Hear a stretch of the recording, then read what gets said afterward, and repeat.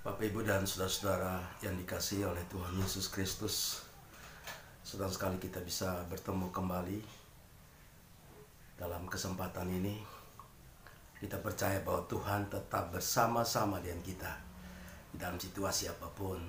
Ada Tuhan Yesus yang menciptakan saudara, yang akan memelihara saudara. Ada seorang bertanya kepada saya, apakah dalam masa susah seperti masa pandemi ini, perlukah kami memberikan persembahan untuk gereja atau perpuluhan? Saya pikir pertanyaan ini sulit dijawab, karena memang kondisi setiap orang berbeda satu sama yang lain. Tetapi saya mau menjawab pertanyaan ini berkaitan dengan apa yang saya dapat di dalam firman Allah. Seperti yang saya sampaikan dalam renungan kemarin tentang seorang janda Sarfat yang dalam keadaan sangat miskin, tidak mempunyai harta yang banyak, dan untuk makan pun susah. Dia perlu untuk mencari kayu bakar dan hanya segenggam tepung yang dia miliki dan sedikit minyak, dan dia mau memasak untuk makanan hari itu untuk anaknya dalam bentuk roti. Tapi datang seorang hamba Tuhan, Elia, datang kepada janda ini dan meminta air kepada janda Sarfat. Dan janda Sarfat, karena hamba Tuhan meminta air, maka dia pikir pasti air tidak masalah. Dan dia pergi mengambil air, memberikan kepada Nabi Allah ini. Tetapi sebelum dia pergi mengambil air, kan dia setuju dengan apa yang diminta oleh Nabi Elia. Nabi Elia berkata, berilah aku roti.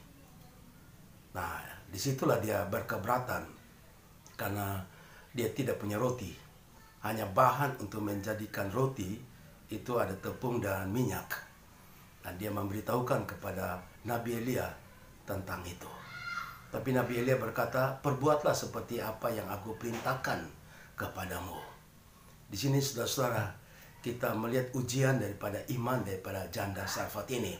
Dia tidak punya makanan yang cukup untuk makan hari itu, dan bagaimana mungkin dia bisa memberikan, mempersembahkan dan memberi makan kepada Nabi Elia. Tapi disinilah cara Tuhan, saudara-saudaraku dikasih Tuhan. Karena cara Tuhan di luar daripada apa yang kita pikirkan. Hanya Tuhan melihat motivasi hati. Tuhan melihat kepada kerelaan kita untuk mau memberikan kepada apa yang Tuhan perintahkan kepada orang tersebut. Karena itu dia melakukannya, saudara. Dia taat kepada apa yang dilakukan, yang diperintahkan oleh Nabi Elia. Ini artinya, saudara, di dalam keadaan yang tidak mampu, janda ini mau memberi. Dalam kata Alkitab, mau menabur, mau memberikan persembahan. Walaupun dalam keadaan tidak memiliki uang yang cukup. Tetapi di sini kita lihat bahwa janda ini memprioritas. Dia memberi air. Bahkan dia membawa tepung dan minyak, dan dia mengolahnya menjadi roti. Dan dia berikan kepada Nabi Elia terlebih dahulu. Dipersembahkan. Dan kemudian sisanya setelah diberikan kepada Nabi Elia, baru dia bersama anaknya makan. Dan apa yang terjadi, saudara-saudaraku? Roti itu menjadi makanan mereka untuk hari besok. Roti itu akan menjadi makanan mereka hari lusa selama 3 tahun 6 bulan. Karena dalam 3 tahun 6 bulan mereka mengalami kekeringan. Kenapa dia mendapatkan berkat selama 3 tahun 6 bulan, saudara? Karena ketaatannya. Karena ketaatannya memberi dalam kekurangan. Dan mungkin ini sulit untuk kita mengerti dengan logika dan akal kita. Tapi ini kata firman Allah. Karena itu saya menjawab pertanyaan orang yang menanyakan saya, apa kita perlu memberi pada masa sulit, masa pandemi ini? Alkitab telah membuktikan. Dan Alkitab memberikan jelas contoh daripada perempuan janda yang miskin ini. Dia mempersembahkan air. Dia mempersembahkan segenggam tepung dan juga sedikit minyak. Karena dia mau memberikan dengan ketulusan hati dan ketaatannya. Dan dia memberi Dan inilah yang diperhitungkan oleh Tuhan. Dan Tuhan dari surga melihat hati yang mau memberi, hati yang mau menabur untuk kehendak Tuhan. Terjadi mujizat. Dan pemeliharaan Tuhan lebih daripada apa yang dia bayangkan.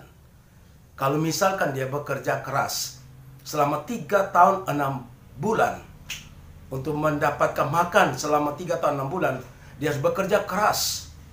Tetapi karena dia taat dan dia melakukan apa yang sesuai dengan kehendak Tuhan, dia memberi air, dia memberi segenggam tepung dan juga minyak dan dijadikan roti, dan dia beri kepada Nabi Elia.